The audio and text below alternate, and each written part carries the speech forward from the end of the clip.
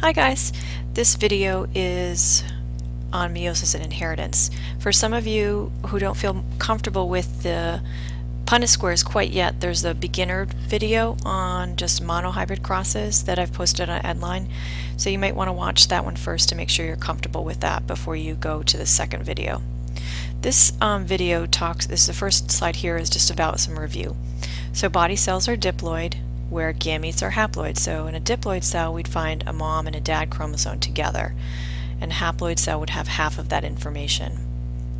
If a person is heterozygous for one trait, and if we use a capital T for an allele for tall, the lowercase would be for short. So this person's genotype is heterozygous, so this is the heterozygous genotype, but phenotypically this person would be tall. Now if we actually made a gamete out of this cell that's a diploid cell because it has two chromosomes, the capital T from the dad, the lowercase t from the mom, that would have half the genetic information, so the gametes would either contain a capital T or a lowercase t. Now in honors we actually do dihybrid crosses, so instead of just looking at one trait we look at two. So if we take that same person as heterozygous, they could have two traits, right? Height and hair color. Height, we'll still use the capital T for the tall, lowercase t for the short, but this person also has another gene and another chromosome that is a capital B for brown hair, and lowercase, let's just say, would be blonde. So if they're heterozygous for both of these traits, we would have a capital T, lowercase t, capital B, lowercase b, and that would be heterozygous for both traits. We take that concept that we just talked about in the last slide, that we have two alleles here. This is our diploid cell. This is one chromosome here, one pair chromosome, and this is another pair. The capital T you got from the dad, the lowercase t you got from the mom, capital B from the dad, and lowercase b from the mom. This is our diploid cell. If this cell goes through meiosis, we're going to make gametes that are haploid cell with half that information. And so these are our options that we could get. So this big T, this red chromosome, could pair up with the big B to make this gamete, or the big T, this red one, could pair with the blue with the lowercase b to make this gamete. We could take the lowercase t, this blue, and put it with the red uppercase b to make this gamete, or we could take this lowercase t and pair it with the lowercase b. So each one of these gametes has half of the information, but it still has this chromosome and this chromosome, and that's important that they get one of each. So the gametes that you can make from this particular combination of this person that's heterozygous for both traits, phenotypically they're tall and brown hair, they must get, again, one gene from each chromosome. Okay, so they should get one gene for height and one for hair color. And remember, the gametes contain half the information, so the gametes that we can get from this heterozygous person are 4 options.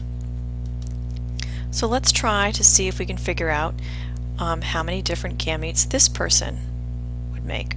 A person that's heterozygous for these two traits can make how many types of gametes.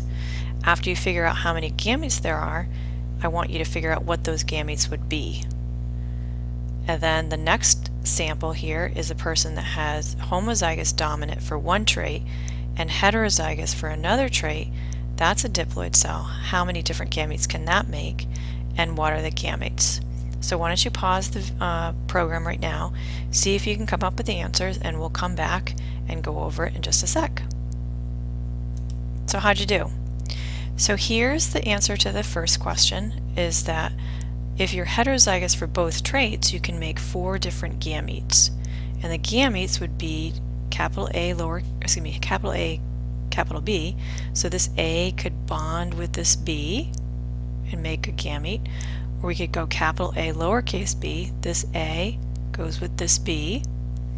Or we could take this A and bond it with the capital B, or this A with the lowercase b. So there's 4 different options here.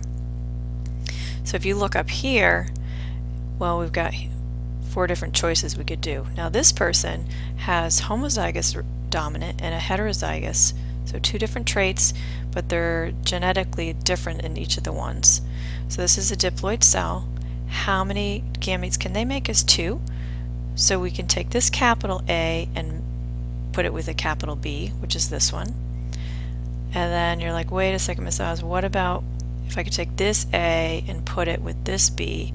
Isn't there 4 different choices? Yeah, there are 4 different choices, but if 2 of them are the same, then we really can just simplify that and say, well, this A could go with this B and this A could go with this B, which is really the same thing as saying this A can go with this B and this A can go with that B. So here we say that there's 2 gametes, and these are the choices for those.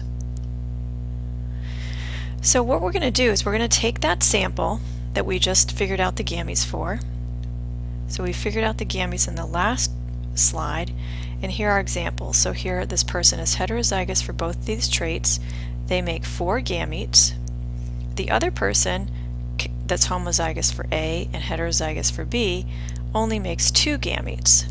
And this is a really important step to do, and I really want you guys to practice this, is figuring out the gametes can sometimes be the most difficult part of the Punnett square, especially the dihybrid crosses. So once we have those numbers of gametes, we go to the next step, which is creating your Punnett square box. And the key here is that if you know the number of gametes that you have, you know the size of your box. So if I have 4 gametes for one parent, that tells me one size of the box. It's going to be 4 by 2. So 4 gametes for one and 2 gametes for the next. So that will tell me how to set my box up. So then I set my box up. Here's my 4 squares by 2 squares, and I put the 4 gametes at the top, capital A, capital B, capital A, lowercase b, lowercase a, capital B, 2 lowercase letters A and B, and then I put the other gametes along this side. And then I just have to methodically go through and fill in all of the letters. Now one of the tempting things is to take this capital A and capital B, move it over, and then take the capital A lowercase b and put it next to it. But when the chromosomes come back together, they always want to be with their partner. So the A's always want to go back together. Even though they were like this in a gamete, once they see their partner, it's like long lost friend. Oh my God, I'm so excited to see you. So you always want to put those back together. So instead of writing this AB, we would write this capital A, capital B, because these are these long lost chromosome friends and they want to be with their partner. So if I was going to fill this box in, it would be capital A, capital B, lowercase b. So why don't you pause right now and see if in your notes you could write this sample down and see if you can fill in the blocks, and then we'll come back and see how you did. So this is what your box should look like. All of the letters filled in, the top letters brought down, and then the side letters brought over. And again, notice that all the capital A's are together and all the capital B's are together. A's are together, B's are together, A's and B's. Okay, so the next trick is to actually analyze it. So I'm going to cut you guys some slack here, and we're not going to do any genotypic analysis. We're just going to analyze these people phenotypically. So we need to know something about these genes. Well, A, we're going to say has an Adam's apple, and I don't know if you guys know what that is, but if you don't, you can always look it up. And lowercase a is no Adam's apple. Capital B will be for brown hair, and lowercase b will be for blonde hair. So again, we're just going to do the phenotypic description. So I'm going to come back to that original box, and let's look at this. This person here, capital A, that means that they're going to have an Adam's apple and they're going to have brown hair. Now, one thing that is a classic mistake in a dihybrid cross, you need to look at this person all by themselves. Describe this person entirely before going on to the next one. Then you go to the next box. Has an Adam's apple and brown hair. That's one person. Have an Adam's apple, has brown hair. Has an Adam's apple, has brown hair. And you just work your way through the boxes, describing each individual person. You do not cluster all the Adam's apples and then brown hair, because this is one person. So there's 8 potential children here. And if we go back to the results, 6 of the 8 are going to have an Adam's apple and brown hair. So that's 3/4 of those children will have that characteristic phenotypically. And then 2/8 or 1/4 will not have an Adam's apple or blonde hair. So this box, this is the phenotypic description. Okay, so now these are some problems that I'd like you to try on your own and bring to class next week. So these are the parents, so homozygous recessive and heterozygous. They're homozygous recessive. This person would physically look like they don't have an Adam's apple and they have brown hair. This person has an Adam's apple and has blonde hair. So I'm just putting you a little hint here is that the box is going to be a 2x2 size. Now each of these other varieties might be different in sizes, and that's okay.